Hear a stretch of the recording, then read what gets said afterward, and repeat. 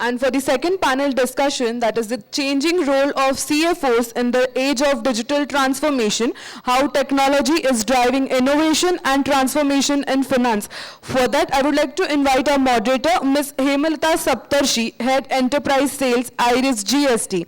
Ms. Hemalatha has rich experience of 22 plus years in the industry, starting with Piramal Enterprise in the cost account section and later in project management. She shifted to Leela Scottish Lace, handling fabric accounts. In 2011, Hemalatha joined Iris Business Services in the sales department, and also she was initially responsible for XBRL conversion service for reporting to MCA. With a keen business sense and dedication, she was promoted to the head of sales for domestic market, responsible for a range of software developed by IRIS pertaining to GST compliance, e-invoice, and e-way bills, including MCA, etc. She is leading a team of dedicated professionals with a strong track of record of performance and delivery. I would like to call Ms. Hemalatha on the dais, and following the panelist, Mr. Pavan Rangachar, Director Finance Philips, Mr. Prashant Kushwah, Co-founder and CEO dais, Mr. Atul Jain, Finance Process Development Leader IKEA, Mr. Soundar, CFO NXP Semiconductors India, Mr. Prakashan Manikoth, CFO LeadSquared, Mr. Harish Pasupulate, Head Global Finance, Operations CI and Quality JLL. Can we have a huge round of applause for Ms. Hemalatha Saptarshi and our fellow panelists?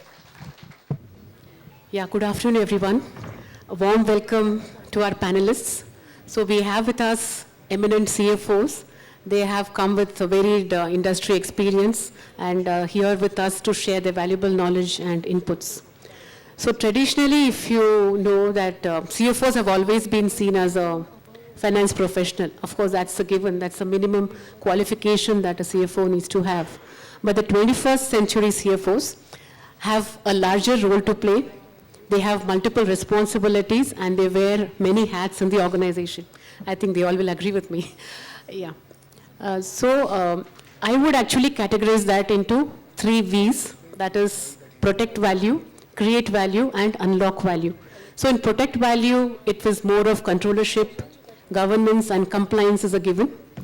In create value, there's more of diversification, working with the CEO as a business partner, and creating strategies as to what is the vision of the CFO and how to reach there. And unlock value, there are IPOs, mergers, acquisitions, capital raising, etc., so on and so forth. So the CFOs play a very important role as a C-suite executive. So it would be right to say that the CFO is a proactive, strategic, C-suite business partner in an organization. So let's start the discussion today with Mr. Soundar. So how has the role of CFO evolved in the era of digital transformation, particularly in terms of developing technology for financial innovation? Thank you, Hema, for that. And as you mentioned, the role of CFOs have gone through the various requirements, from just being a bookkeeper or a steward sort of function, and now from giving hindsight to foresight. Next, what you are saying is there needs to be part of value creators for the organization. So that is the next step of CFOs, which they will look into. So this is sort of a journey, right? Means, as somebody was mentioning, we in the previous panel, we went from Test cricket to one day to T20s. So it's not just cricket which is changing its format. I think the organization are also changing with that. And when the organizations are changing, and I think the function within that organization will undergo this change. So when I say the function is going to change is, we cannot just constrain ourselves in doing what we were doing all these years. Just reporting and compliance are needed, they are needed, but we need to go beyond that. We need to start collaborating with other teams also. You see, that is where this future value, when you say gets created, it's apart from our regular finance activities of compliance. then collaborating with other teams becomes very critical, because that is where the value really gets added, because we have to see how the business gets value out of the finance team itself, not just the compliance and reporting. So that can happen to start with at the finance itself is the automation, or having to get into some of the digital technologies. So automation is one of the things, because otherwise most of the time if you see, I think somebody in the panel said, we were taking calculators and then doing calculators during the articleship 2 decades back. But today it is like, putting a computer and then you put an Excel and then start adding, it doesn't make sense. So we have moved out of that, because Excel can do the additions for you with just one single formula. So I think that is what is happening in terms of advancement in some of the reporting processes also. So RPA is coming, and you will have another predictive analytics which will start flowing in. Yes, is something already available. It is available with few of the organizations, but not every organization is in the same journey. So means different organizations are walking through this journey differently. So not everybody is having RPA, not everybody. So the companies who have a COE sort of, I think they have already deployed RPS. Companies who are doing reporting across the region, now they are doing it at a central location. Companies which used to give financial reporting, taking all into consideration, started moving forward. So in that way, it's so that evolvement of processes and bringing efficiency within that processes, and then getting into the newer aspect in newer areas of how we can help business strategically, and then finally how this value add of the business itself can happen, like coming out with the new business models. It can be traditionally some pipeline models are available, but can you get into a platform model? Can you go start working with other partners and then get into a platform model and then be successful in that, or start getting more revenue than what you are already getting in. So these are all the new aspects of it. I think a CFO can really add value. So I think it's like they need not constrain themselves with the finance, but they have to become part of business, be in the middle of the business is what I would say. Absolutely. Thank you, Mr. Soundar. So CFOs, while they're implementing technology, they need to understand how the technology operates. How do you get the right answers at the right time? CFOs are also moving into more of cloud computing, AI, ML, data analytics, insights, so on and so forth. So the next question is Mr. Atul. What are some key technologies that CFOs are adopting to drive efficiency and effectiveness in finance functions? Thank you so much for having me here, Hema. And to answer this, right, had it been a fireside question, the answer is, what suits their business need, right? But if we, look at more from the finance function organization, the need is to remove the fragmentation in terms of technology, and as well in terms of the processes with how we operate today, right? And this is because if you look at the business model these days, it is not restricted to one place, but it is across the geographies and across different type of businesses. Therefore, it is important to first aim for a solution that suits end-to-end business operations, and how do we, de-link ourselves from the hundreds of, or maybe intense, if you look at our case, the legacy systems with which we operate, right? Because unless we completely are into one ERP in real terms, the benefits of standardization are still far, right? Now that is also, a journey, right? So it is a path of transformation. So first we look at, okay, let's have the periphery. So this is from my experience, right? So first we look for, let's say, an ERP periphery within which we operate, and later we start to de-link from the many legacy systems, right? So that we have everything into one roof, literally, right? So there is no need to have any other system. And then after that, we look for, in the BAU operations, is how we call it, the business as usual, when the end user, so-called, right, goes through this full cycle for a few times, right? And then only we'll come to know, okay, these are, how we can improve things. And this is, and this could be, through automation. This could be through variety of macros, right? Because it's still one ERP cannot fit all the needs. Therefore, automation, still plays a role. So therefore, this is how I see it. Yeah, let's first have the periphery of this ERP. Later, let's de-link it from the many legacy. And then once it is into the BAU operations, we then actually starts to improve our processes, or we try to, achieve the standardization in literal means, right?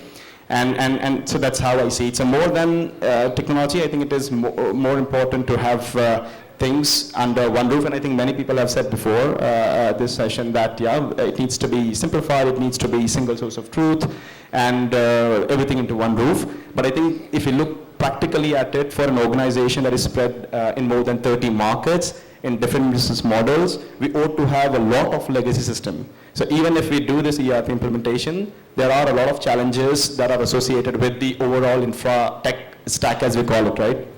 So it is still, quite far, to reach to a place where we want to be. Yeah. Okay, thank you.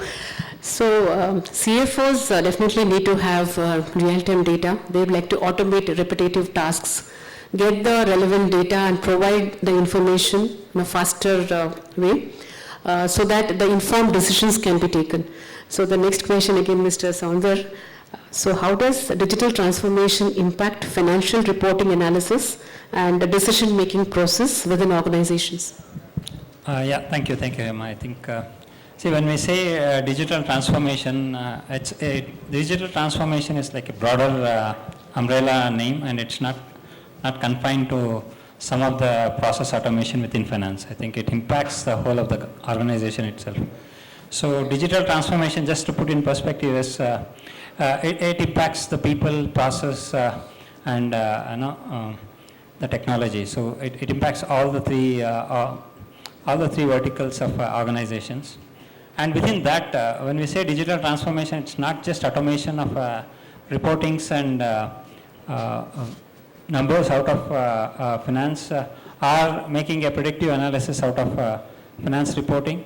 It means how the businesses also will start collating. Means the businesses, be it IT, be it HR, be it other different organizations, operations, they all need to start speaking together. So digital transformation doesn't happen in silos. So one of the intent of digital transformation to have a common platform with which the information flow is smooth.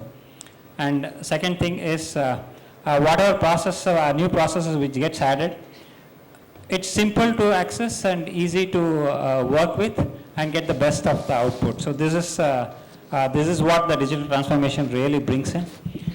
And when we say digital transformation within finance, I think one of the key factors in digital transformation is all our processes and sub-processes with which we have, be it just accounts payable, or be it a bank reconciliation, be it any of the withholding tax payments or any of the tax compliances.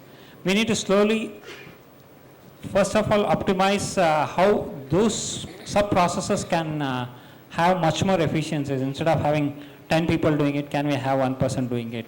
So merging the some of the, so that is where the automation piece comes into play. And one fallback we should not happen is we should not create too many softwares for our reportings, because that is one of the disadvantages of saying automation and then having 10 different packages and each giving its own version or not talking to each other.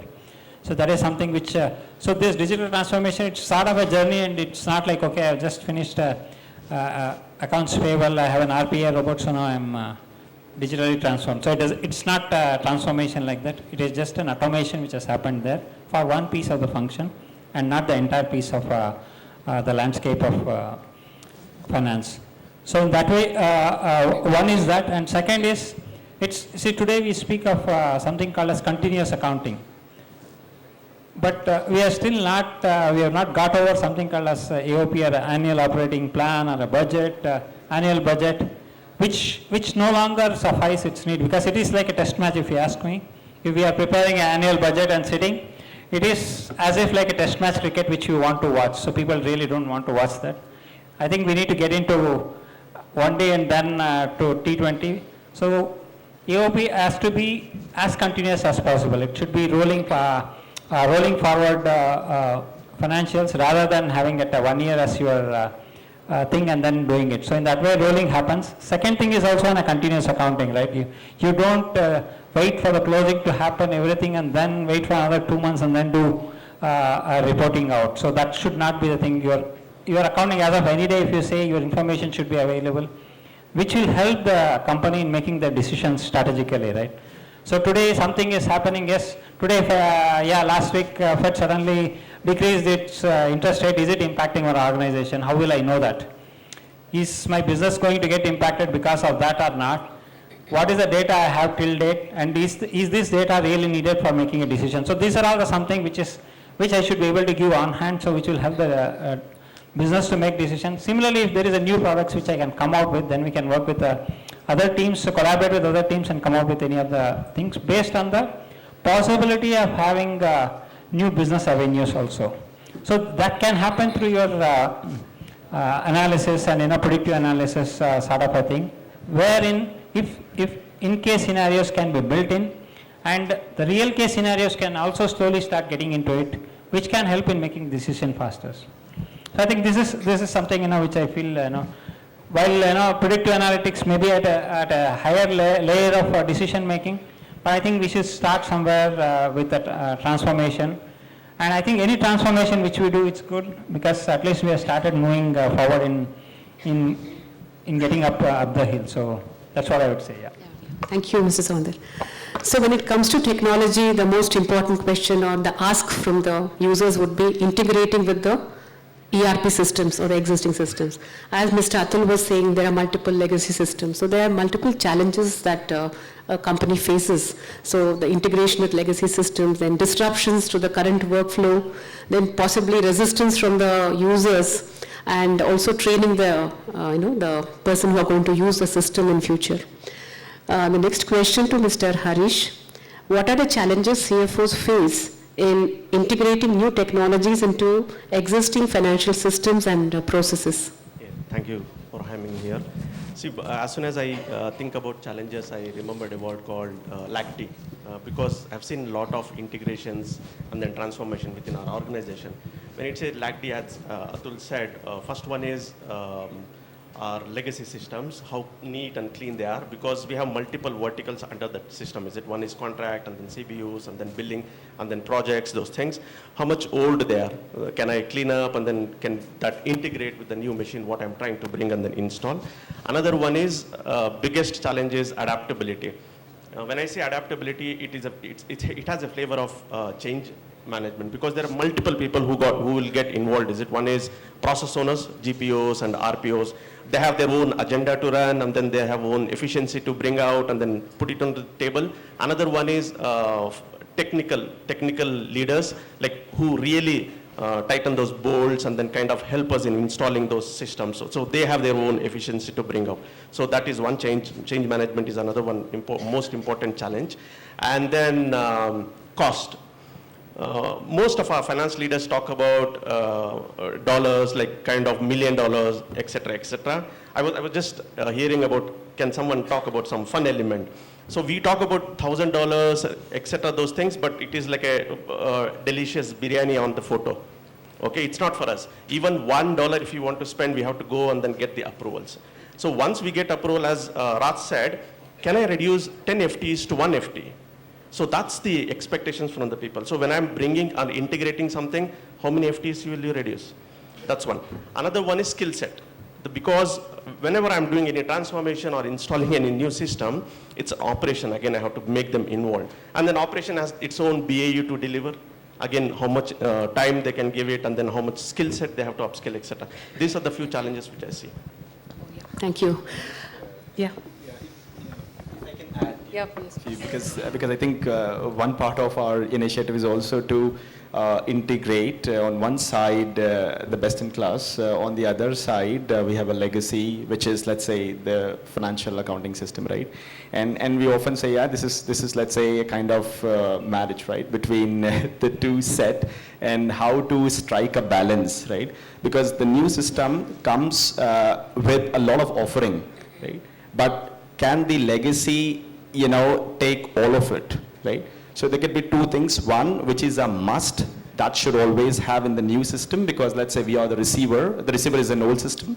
So you need to see what is a must versus what is not a must, and we should leave it as it is. Because the point is, if you look at the pathway as well, sometime later we're also going to converge to a full advanced ERP system, right? Therefore, if we adjust our advanced system too much to meet the old system, then we are also creating more challenges for the future when we are going for a full circle ERP upgrade. So when we do this, there are always discussions. Okay, this is how it is done today. You come up with this capability. We need it, we don't need it. So I think these are the discussions in the project phase that are important. And the idea is that, okay, also look that 2 years, 3 years down the line, we are also going to kind of move away from the current, let's say, financial system. So let's only focus on the must and not everything. Else it becomes a challenge in the convergence. Yeah, absolutely. It has to be with, discussing all the stakeholders has to be involved while taking a decision. So the most important, function of CFOs too is the risk management. They need the technology which is available. They need to have real-time data where they can identify the potential risk, build some mechanism to have an early warning system. So the next question to Mr. Prashant: how does digital transformation enable CFOs to enhance risk management and regulatory compliance efforts? Sure. So I'll talk not from a CFO perspective, but from an entrepreneur perspective who work with CFOs. So, sir, I went to IKEA store while we were building the product in our early stages. One of the things that I saw was there is a single entry through which you can get into the store, and then you have directions wherever you need to move. So from a single entry point, and then I could essentially reach wherever I would want to. The store tried to maximize as much area I couldn't visit, but at the same time there were directions everywhere, color directions, ground directions and all, through which I can move and I can come out of the store, whatever I need to purchase with that. That gave me sort of understanding that how things to be looked at when you are managing at large scale, which is essentially you should have a single entry door for everything that you are managing in. Now, what you mentioned in the same thing in your ERP side, you tried to come on the same point. Let's say if for purchases, if my requests are coming from 20 systems, software you need to go there, services you need to go there, manpower you need to go there, contract you need to go there, direct purchases you need to go there. Employees can't understand what is GL code, they can't understand what is product code. Using 10 systems, impossible. Your IT team will not integrate more than 2 to 3 systems, not in the large companies, but for most of the companies, IT team would not be enabling more than 2 to 3 integrations for one side of finance. Like for finance team, they can do 5 integrations, 7 integrations. That is what they can manage with the ERPs they are managing today.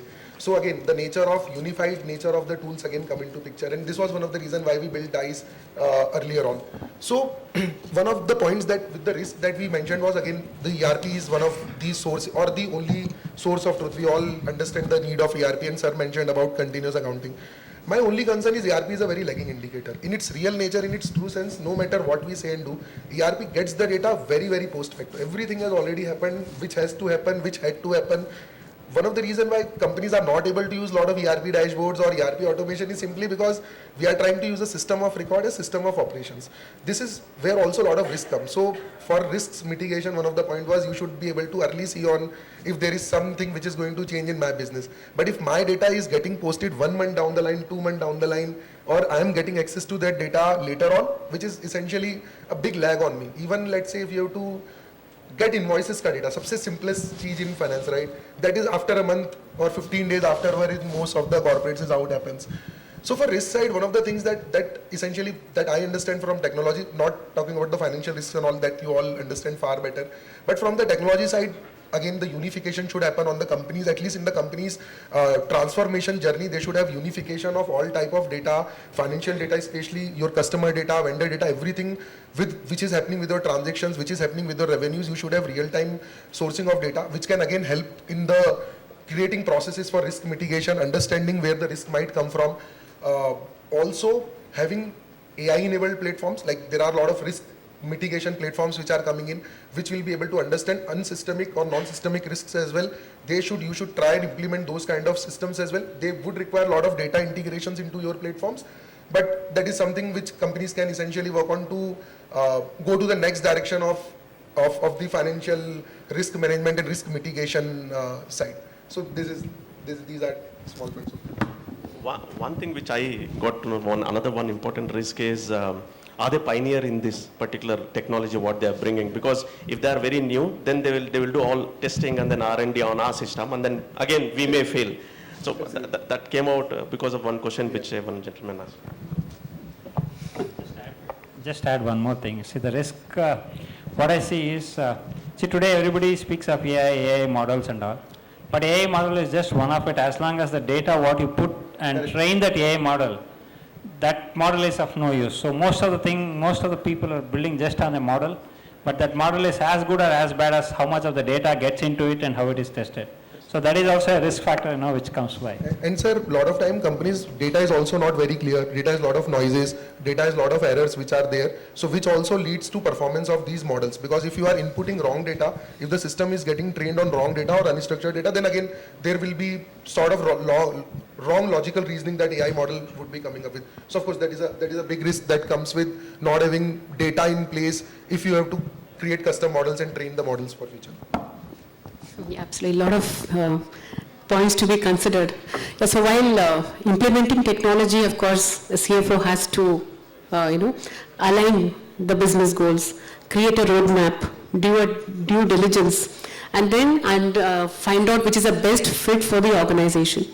So, Mr. Prakash, how can CFOs ensure a smooth transition to a digital-first approach while balancing innovations, security, and cost considerations? Thank you, Hema. So, can I tell once again the question, the last part? Sorry. Yeah, so how can CFOs ensure a smooth transition to a digital-first approach while balancing innovation, security, and cost considerations? Okay, all the words sounds very good. Balance, cost we need to balance, we need to have innovations, and it should have pass the test of time. And like you said, it should be from a very well trusted places so that it will not fail. Everything is there, but I have I have a slightly different philosophy on when we decide a transformation, we have to do it. Never do any transformation for the sake of transformation. Never do any transformation because someone else is doing it, right? First, we need to look at as an organization, what is the goal we need to achieve, right? And rather than looking at a functional approach, I will always address people look at the life cycle approach, right? So that will take out many of the other issues. Something, this is integrating with this system, that system, IT people cannot be done. I will always look at, first you always look at customer life cycle. That's a prime, whether it's an NGO or a commercial organization, always there's a customer we are serving, right? How the customer life cycle, where and all is going to touch. Then the other stakeholders, the employees, right? How the employees life cycle, how the vendor life cycle, right? How the project life cycle, right? So that way, every life cycle, then you need to look at where and all the touch points are there, how we want to get the experience, how we want to address that particular thing. So we need to have that particular view. Even if you're doing we are building a house, okay? We all know, at least, I need a house this many bedroom, kitchen should be this. That view in our mind we should have, right? We cannot okay, this particular ERP is the choice between A and B, or this particular A is the choice between A and B. No. We need to look at how we want it to function, right? And also we need to look at how we need to scale. Okay, everybody, none of us straight away go and buy a Mercedes Benz, right? We all started maybe an Maruti, Alto, or those kind of a thing. They slowly migrate, right? So how easy to do? So once we have a clarity on all those kind of a thing, cost part will be taken care, right? and all the innovation do for to meet the today's needs and for your immediate next 2 or 3 years. The speed at which things are moving, right? Everything will change. Whatever the ERP you are implementing today, it will change. Okay, if you look at now all the established ERP earlier, everybody used to do on-prem, right? On-prem has slowly moved to like private cloud.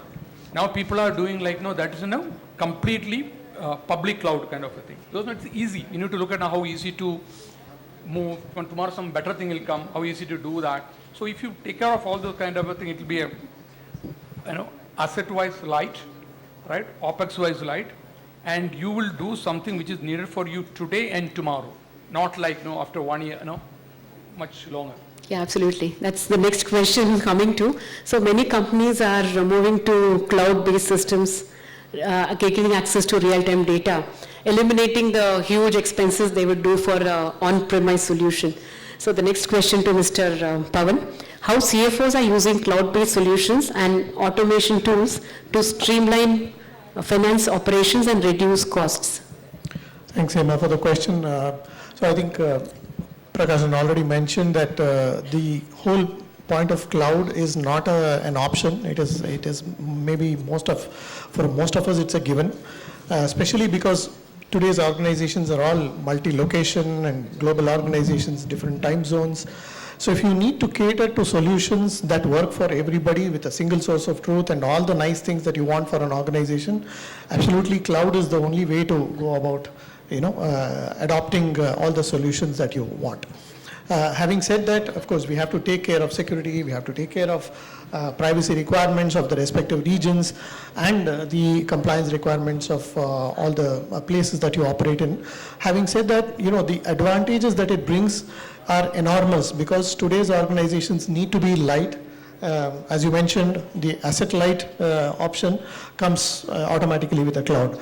And everything is moving to a subscription. Yesterday you were using Microsoft 2016, 2020, and then now it is all Microsoft 365. Nobody talks about versions of that particular year. It's gone, right? So similarly, everyone is moving slowly but steadily towards the cloud solution, and we are all getting accustomed to the subscription-based model in some form or the other. And that is here to stay. So the sooner we adopt it, I think the better it is. Thank you. I just have one point. Okay. Just have one point, since I am coming from a SaaS company, right? So we are also doing this, all the transformation. Everything, we don't even have a single on-prem solution. Everything what we look at one is public cloud, and we try to adapt to whatever it is. We don't try to do too much of customization, right? Wherever the process is, straight away we try to take that easy. And whichever the solution provider give a better API so that we can quickly connect with, then the integration issue will not be much in that case. So it's much easy. So easy to come. If you desire something to change, a better technology, you can change it. Don't do too much of integration, too much of customization, all those stuff. That will become a problem to you tomorrow. So anyone else would like to? Yeah. And just on that, right, so I think it is not a choice. I think it is clear that we should go towards the shared model, right? But when we did this, and for us also it is, a shared cloud platform, right? But then we've also seen that whenever we talk about customization, as you also pointed out, right?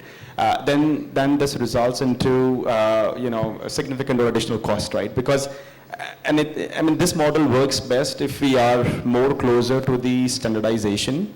But if we are still not there, because I think if technology comes before processes are standardized, then maybe there is always this restriction in terms of customization. Therefore, I think it is also the timing that plays a role, because else we also end up, because we need it, because this is how it is today. But then we also have to reach out to whoever, SAP, Oracle, right, and ask for customizations, because then that is required for us to be compliant in the current processes. So yeah, I mean it gives a lot of pros, but on the con side, yeah, there are also few if we are not yet there to the standardized set of processes. Yeah. So cloud is being now most commonly accepted by many of the companies. In fact, even the banks have started using cloud. Of course, with due diligence and all the security risk after doing a proper evaluation of that. So that's it. Now we have, it's time for lunch now. So thank you very much for all the CFOs. So it was a great, valuable knowledge and insights that they've shared with us. I hope all of you have got it. So I think I'll be right to say that the CFO, of course, is a chief financial officer, is also a chief futuristic officer, chief flexible officer, and definitely a chief fantastic officer. So thank you very much. Thank you so much, Ms. Hemalatha. And to do the honors, I would like to call Mr. Devnath Mukhopadhyay from Trualt Bioenergy to do the honors.